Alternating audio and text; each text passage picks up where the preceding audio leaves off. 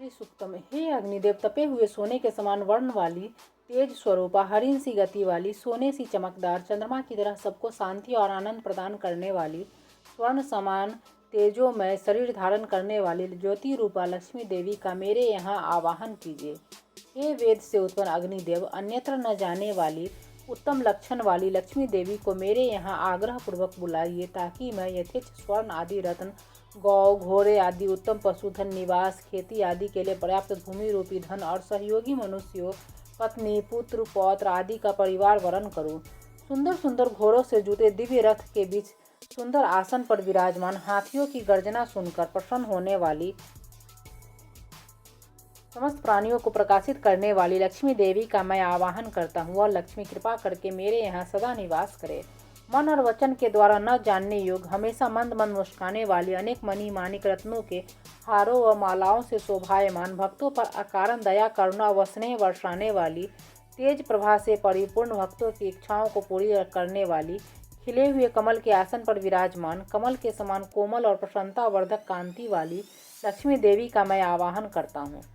चंद्रमा के समान शांति, शीतलता और आनंद बढ़ाने वाली,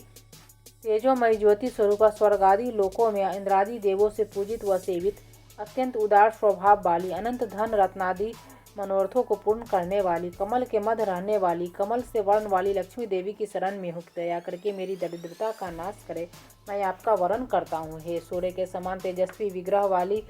लक्ष्मी, तप के प्रभाव से फूल के बिना फल देने वाले बिल्व वृक्ष की जन्मदात्री देवी, मैं उस वेल के पेड़ के फल को आपको अर्पित करता हूँ। आप मेरे हृदय के भीतर और बाहर के अरिष्ट रोग, द्वेष, दुखादि जन्य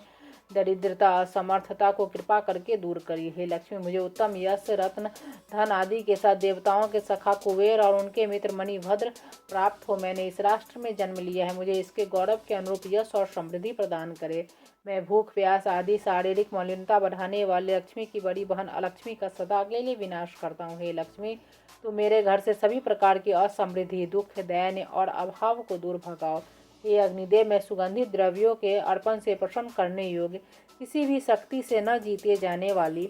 सदा धन धान्यादि देकर अपने शरणागत भक्तों की इच्छा पूर्ण करने वाली, गौ अश्वादि पशुधन को बढ़ाने वाली और संसार के समस्त प्राणियों की स्वामिनी लक्ष्मी देवी का मैं आवाहन करता हूँ। हे देवी, मुझे संकल्प सिद्धि और वाणी की सत्यता प्राप्त हो, पशुधन और उत्तम भोज्य सामग्री मिलती रहे, इनके दान पुण्य और यज्ञ आदि सत्कर्मों से मेरे घर की शोभा बढ़ाती रहे।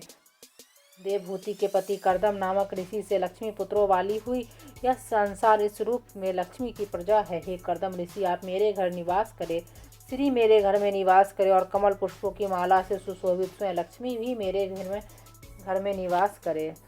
हे जल देवता, आप उचित जल वर्षा और सेचन से सुंदर सुंदर उपभोग्य पदार्थों को उत्पन्न करें। हे लक्ष्मी देवी के चिकलित नामक पुत्र, आप मेरे घर निवास कीजिए और अपनी माता को भी मेरे घर निवास कराइए। हे अग्नि, अत्यंत दयालु स्वभाव वाली दिक्पालों के हाथियों द्वारा अपनी सूंडों में उठाए गए कलशों के जल से अभिषिक्त होने वाली, सभी जड़ चेतन जीव पदार्थों का पोषण करने वाली, पीत गौर अंगों वाली, दिव्य कमलों की माला धारण करने वाली, चंद्रमा के समान निर्मल कांति प्रदान करने वाली, रत्न जटित स्वर्ण आभूषणों को धारण करने वाली लक्ष्मी देवी का मेरे यहाँ सादर आवाहन कीजिए।